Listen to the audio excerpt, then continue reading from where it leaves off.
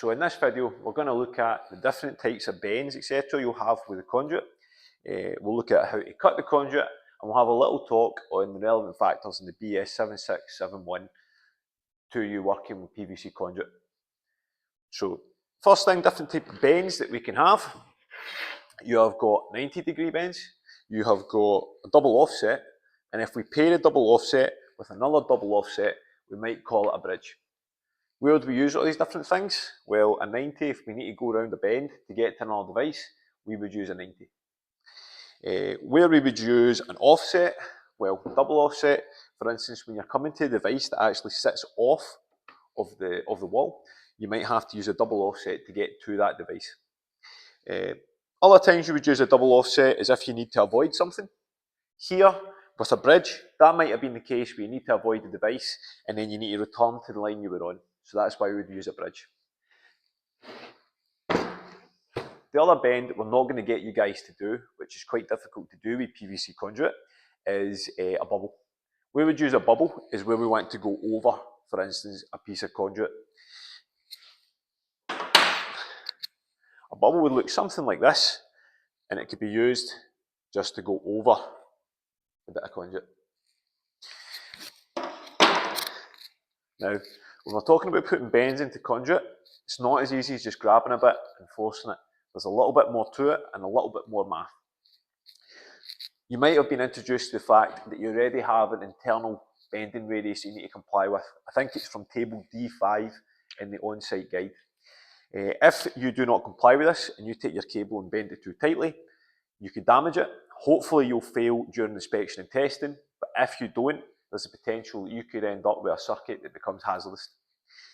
With conduit, you also have another thing to consider.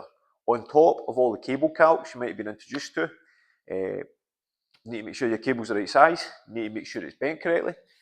You need to consider how you're actually going to run your cables inside your conduit. If you go to Appendix E, you'll be introduced to conduit factors. Now, this is to do with you pulling the cable and the cable becoming damaged as you do so, and it would end up with the same scenario as if you have a cable bent too tightly. If you are pulling cable through conduit and you're pulling it through too many bends, it's going to get damaged by friction as you're doing it. It's going to be difficult to do for you as well. So there's a set number of bends you could use, and it's kind of based off a point system. Every time you have a set number of bends or a set length of run, we add on some more of these points, and you'll have a maximum number of points before you have to add an inspection point. An inspection point could be like this inspection T. So what I could do is I could pull my conduit to that point, and then I feed it back through and I keep feeding it. We will cover how I want you to pull your cables later on, but you can use things like draw wires, etc. to help you with that. Now, last thing, if you go back to Appendix D in the on-site guide is really handy for this. You'll see there's actually a maximum spacing for where all your saddles will be. And saddles are these things here. They look like a horse's saddle. And they're used to fix your PVC conduit. In the workshop, a lot of our saddles have been fixed with wood screws going straight through. That would not be typical practice outside of college. That is because our stuff gets damaged over years of use with lots of different student groups. In reality, you get little tiny screws and you would fix them so it just goes through the plastic, and you would fix a wood screw at the back. But some things we have to adapt when we're in the college.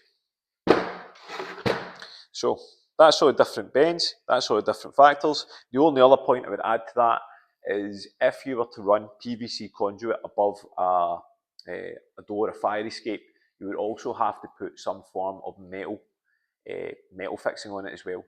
The reason being, in the event of a fire, PVC conduit can melt. That cable could then drop right in front of that door. And if that's a fire escape and people need to evacuate, well, then it could impede their exit. So when we fix PVC conduit above a door, you would then have to put a metal fixing. So if the PVC conduit should fail, the cable will still be caught by that, and hopefully people can still escape from the building unimpeded. And that is something that is in the wiring regs as well. So next, we'll go into how you actually cut your conduit, how I would do it in the workshop for me anyway.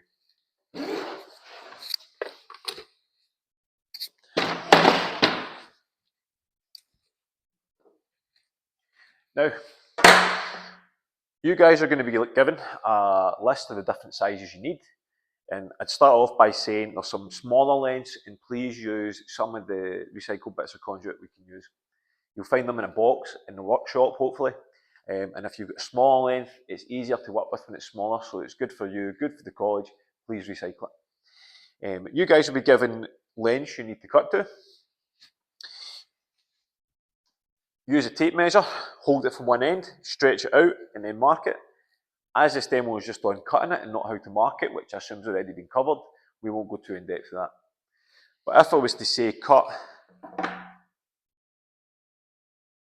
a small length off of this bit of conduit, I've not used a tape measure because this is just an example.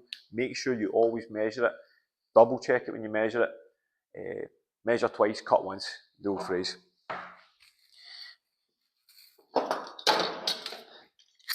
Now if I was in site, I might have pipe cutters, something like this I would use.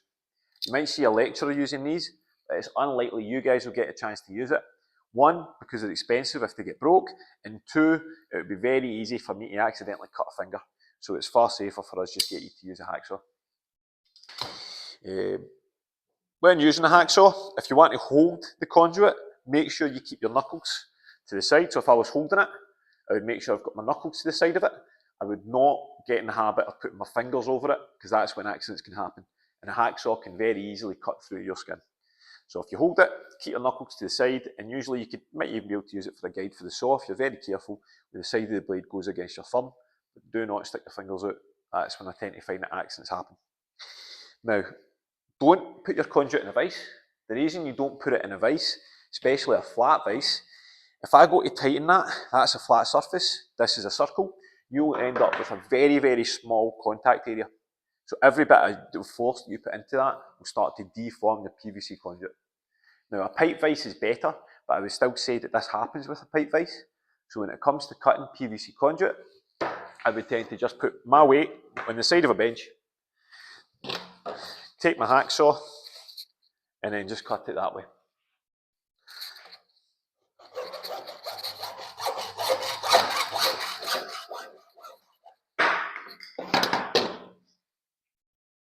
There you go.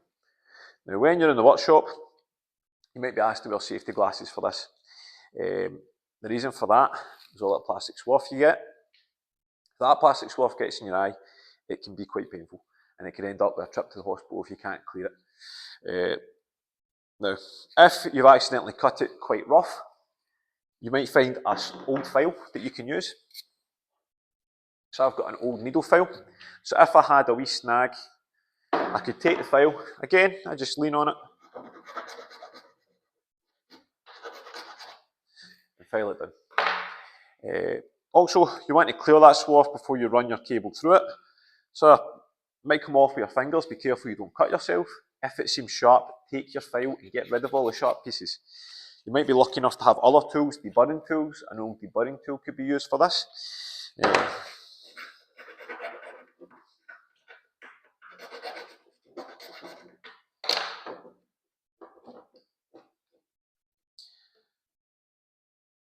And then hopefully what you're left with is a nice flush cut with no snags that are going to cut into your cable.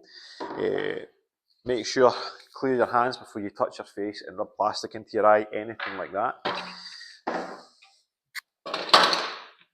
And as you go as well, make sure you tidy up the mess so you don't later on do the same thing and put that swath in your eye.